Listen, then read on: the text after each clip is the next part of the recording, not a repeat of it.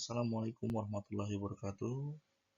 Kembali lagi dengan Pak Agung untuk pembelajaran PKN. Ini materi yang akan kita bahas yaitu mengenai mewaspadai ancaman terhadap NKRI.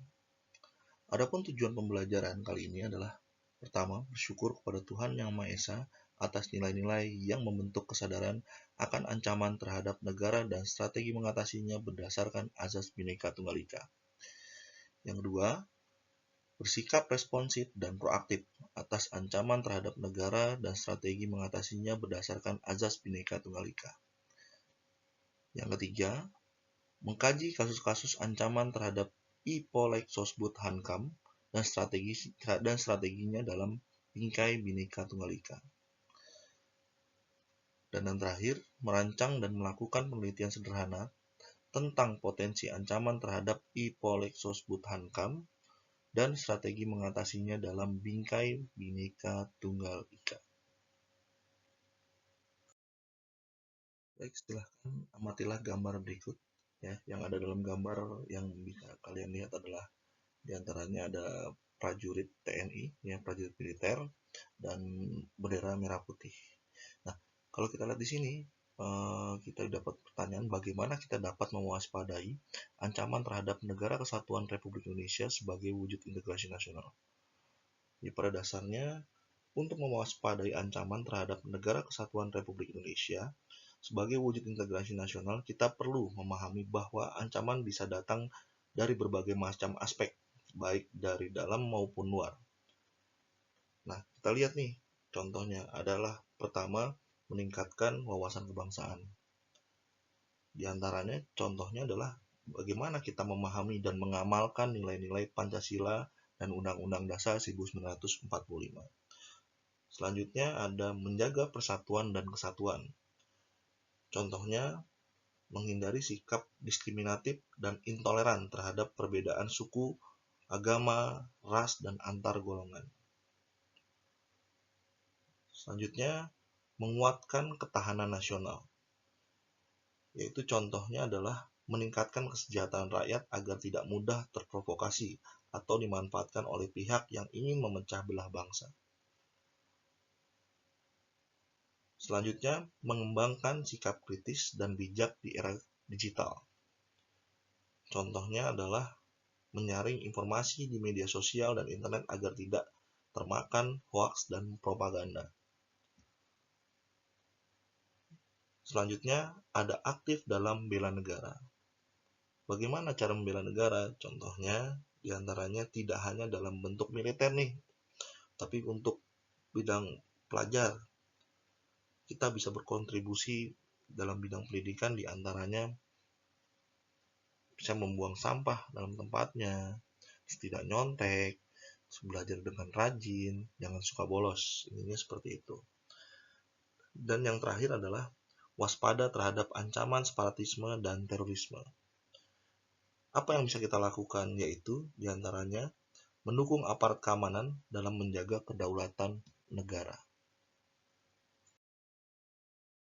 Baik, sebelum lebih jauh lagi, ya, saya akan menjelaskan terkait dengan definisi ancaman. Ancaman merupakan setiap upaya, pekerjaan, kegiatan, dan tindakan baik dari dalam negeri maupun luar negeri yang dinilai atau dibuktikan dapat membahayakan keselamatan bangsa, keamanan, kedaulatan, keutuhan wilayah, kesatuan Republik Indonesia, dan kepentingan-kepentingan nasional di berbagai aspek. Nah, dalam aspek ini nanti yang akan kita bicarakan terkait dengan I-Polek-Sosbud Hankam. Nah, apa sih itu I-Polek-Sosbud Hankam? Yaitu terkait dengan ideologi, politik, ekonomi, sosial, budaya, pertahanan, dan keamanan.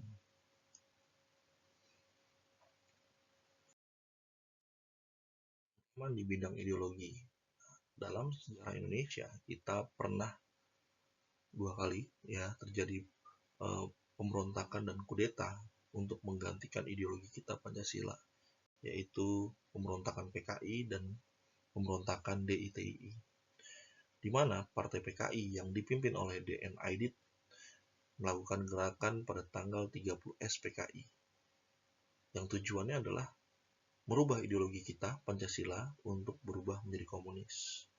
Dan pada dasarnya pergerakan ini berhasil dipatahkan dan digagalkan oleh Soeharto, dan ideologi kita tetap menggunakan demokrasi Pancasila.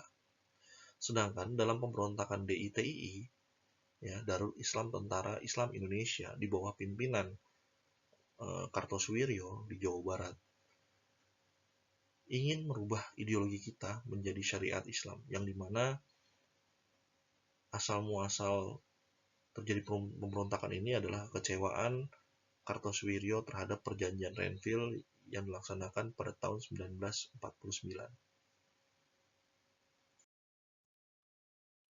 Dalam bidang politik, dalam sejarah Indonesia terdapat sejumlah gerakan separatis yang ingin memisahkan diri dari NKRI. Di antaranya adalah Permesta, Gerakan Andi Aziz, dan RMS. Nah, pada dasar tiga gerakan ini adalah yang terdahulu, yang mungkin up to date yang terkait dengan gerakan Aceh Merdeka yang terjadi di Aceh, yang ingin memisahkan diri dengan menggunakan hukum syariat Islamnya, dan yang sekarang masih eksis dan mungkin akan lama selesainya, diantaranya adalah organisasi Papua Merdeka atau kita kenal dengan OPM, yang dimana OPM dan GAM ya ingin memisahkan dengan negara kita. Apa sih tujuan dasarnya? Yaitu terkait dengan, kalau menurut mereka terkait dengan, pertama, kalau dari GAM kita lihat dengan syariat Islamnya. Kalau OPM yang kita kenal dengan KKB atau kelompok kriminal bersenjata yang sekarang dikatakan seperti itu, ya ingin memisahkan untuk mensejahterakan rakyatnya. Rakyat itu rakyat mana? Ya rakyat Papua yang dikatakan sebagai organisasi pergerakan Papua Merdeka tersebut. Dan itu tidak menyeluruh sifatnya. Dan itu berdasarnya kita harus tumpas, ya, harus dihancurkan supaya untuk menjaga integrasi nasional Indonesia. Selanjutnya, ancaman dalam bidang ekonomi. Nah, ancaman dalam bidang ekonomi ini diantaranya bisa terjadi inflasi, yaitu penurunan nilai mata uang, terus terjadinya pengangguran di mana-mana yang akan menciptakan angka kemiskinan di Indonesia semakin meningkat. Infrastruktur yang tidak memadai terkait dengan pertumbuhan ekonomi kita. Selanjutnya terkait dengan kebijakan ekonomi yang bisa kita lihat dengan peningkatan suku bunga. Nah, kalau misalnya kita lihat saat ini ya terjadi perang dagang antara Amerika dan Cina, pada dasarnya memang kalau kita lihat yang perang adalah Amerika dan Cina. Tetapi ada efek domino yang akan terjadi ke negara-negara sekitar, termasuk ke Indonesia. Proses perdagangan yang dilangsungkan ke Amerika akan dibebankan lebih besar. Hal ini mengakibatkan khususnya ya UMKM menjadi sepi orderan, dan ya nanti akan menciptakan banyaknya terjadi pengangguran. Nah, hal ini sebetulnya harus diantisipasi dengan bijak oleh pemerintah dan oleh kita.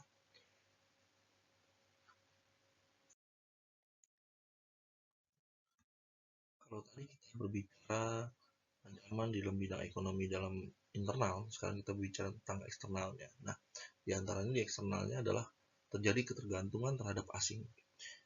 Pada dasarnya memang Indonesia, perdagangan kita tergantung terhadap pihak asing, yang bisa dibuktikan dengan produk-produk yang beredar di Indonesia. Kebanyakan kan berbicara tentang made in China, ya. Nah, itu yang terjadi. Terus ada daya saing, ya. Daya saing para pelaku ekonomi di Indonesia itu masih kurang dibandingkan daya saing yang ada di luar negeri. Selanjutnya adalah kinerja ekonomi yang belum baik. Nah, itu yang menyebabkan kita masih tertahan perekonomian kita, belum bisa meningkat sepenuhnya. Selanjutnya adalah ancaman di bidang sosial. Konflik horizontal yang berdimensi suku, agama, ras, dan antar golongan atau SARA yang timbul akibat watak kekerasan dapat melemahkan kualitas bangsa Indonesia. Dulu kita pernah terjadi, di antaranya kalau misalnya kita lihat dalam gambar adalah GAM, ya bendera GAM, yang dimana GAM ini menuntut terkait dengan syariat Islam di Aceh. Selanjutnya dulu pernah kita dalam sejarah kita adalah terkait kerusuhan Sampit, yang dimana kerusuhan yang terjadi antara warga suku Dayak asli dari Kalimantan dengan suku Madura, yang dimana bisa kita lihat dari beberapa platform banyak orang-orang Madura yang dibantai oleh orang-orang Dayak. Ada pula kerusuhan yang terjadi di Poso, kaitannya terkait dengan agama, ya di mana agama Kristen melawan agama Islam. Dan yang paling akhir terjadi kerusuhan SARA itu adalah terjadi pada tahun 98, di mana orang-orang etnis Tionghoa ya diburu, ya karena dianggap orang-orang Tionghoa itu memiliki perekonomian yang baik gitu ya dibandingkan orang-orang pribumi, makanya diburu, dijarah barang-barangnya semuanya. Hal itu merupakan sejarah kelam bangsa Indonesia sampai saat ini. Selanjutnya, ancaman di bidang budaya. Nah, ancaman di bidang budaya timbul bersama dengan dinamika yang terjadi dalam globalisasi. Hal ini tidak bisa dihindarkan, ya. Hal ini ditandai dengan nilai-nilai budaya dari luar negeri yang sulit terbendung dan mempengaruhi nilai-nilai yang ada di Indonesia. Contohnya, nah kalau sekarang kita berbicara tentang K-pop, ya banyak budaya-budaya K-pop ya itu menjamur di Indonesia, baik itu di acara televisi, makanan, sampai ke fashion.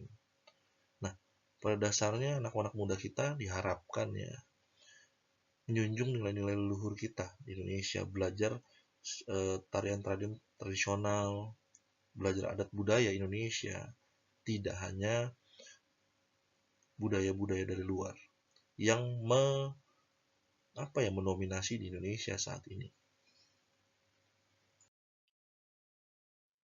Dan terakhir yaitu ancaman dalam bidang pertahanan dan keamanan. Nah, dalam BPPI tahun 2008, nah BPPI itu adalah buku putih pertahanan Indonesia yang menyatakan bahwa ancaman militer dapat berupa agresi, pelanggaran wilayah, pemberontakan bersenjata, sabotase, spionase, aksi teror bersenjata, ancaman keamanan laut dan udara, serta konflik komunal. Nah, semua itu pada dasarnya pernah terjadi di Indonesia, ya, baik itu pelanggaran wilayah. Nah, sekarang yang lagi dilihat adalah terkait dengan Laut Cina Selatan. Di antaranya Laut Cina Selatan itu pulau kepulauan Natuna itu diperebutkan antara Cina, Vietnam, Malaysia, dan Indonesia. Itu diantaranya seperti itu. Nah, pemberontakan senjata seperti yang sudah tadi dijelaskan terkait dengan diantaranya ada PKI, terus diantaranya ada DITII. Nah, sabotase dan spionase ini kalau melihat dari teori kontroversi ya, pada dasarnya pernah terjadi pada gerakan 30 SPKI dan pengangkatan Presiden Soeharto. Selanjutnya ancaman keamanan laut dan udara. Nah, ini merupakan tanggung jawab dari Tentara Nasional Indonesia menjaga kedaulatan kita, serta konflik-konflik komunal yang tadi saya gambarkan dengan konflik-konflik SARA. Baik, sampai sini. Terima kasih atas perhatiannya. Sampai jumpa dengan materi berikutnya. Assalamualaikum warahmatullahi wabarakatuh.